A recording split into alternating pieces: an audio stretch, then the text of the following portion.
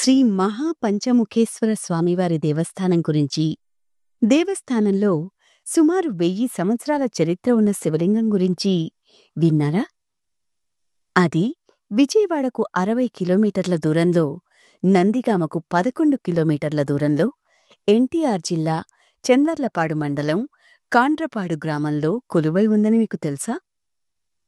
ఈ ఆలయ చరిత్ర ఎంత విశిష్టమైనదో ఇక్కడ వెలసిన స్వామి దర్శనం కూడా అంతే విశిష్టమైంది. 1937వ సంవత్సరంలో గ్రామస్థులు పాటిమన్ను తవ్వుతుండగా ఈ దివ్య పంచముఖేశ్వర లింగం బయటపడింది. ఈ లింగంతో పాటు మరో 4 శివలింగాలు, అలాగే ఒక రాతి ఫలకం కూడా ఆనాడు బయటపడ్డాయి.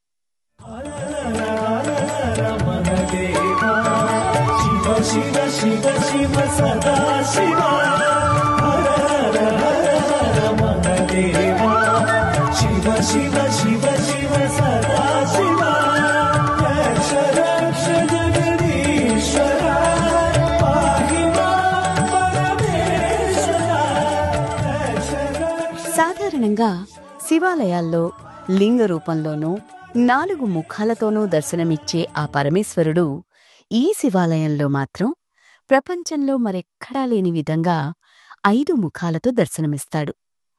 ఈ 5 ముఖాలు పంచభూతాలను సూచించే శక్తివంతమైన ఆధ్యాత్మిక రూపాలు అంటారు. అందుకే ఇక్కడ పంచముఖేశ్వరుణ్ణి దర్శించుకుంటే మోక్షప్రాప్తి కలుగుతుందని అపూర్వమైన అనుభూతిని పొందే ఇక్కడి భక్తుల విశ్వాసం.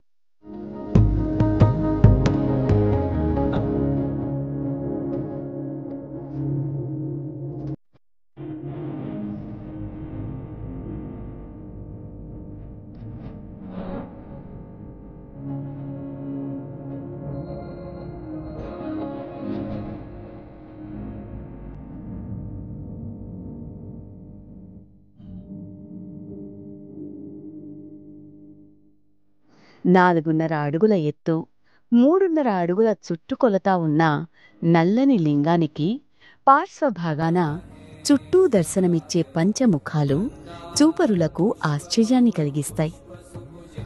ఈ ప్రదేశాన్ని చాగి వంశపు రాజులు పరిపాలించినట్టు 1155 నాటి శాసనం ఆధారంగా తెలుస్తోంది.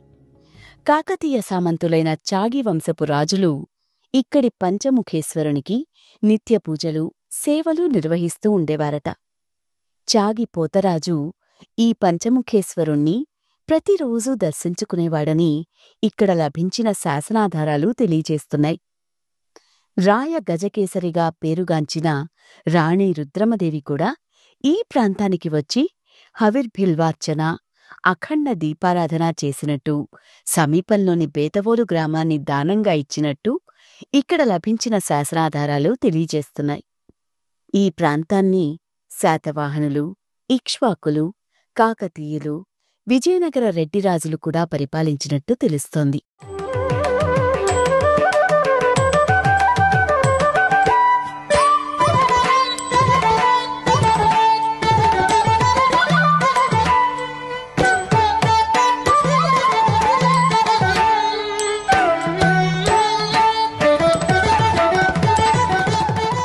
మహాశివరాత్రికి, కార్తీక మాస సమయాలలో స్వామివారికి ప్రత్యేక పూజలు నిర్వహిస్తారు.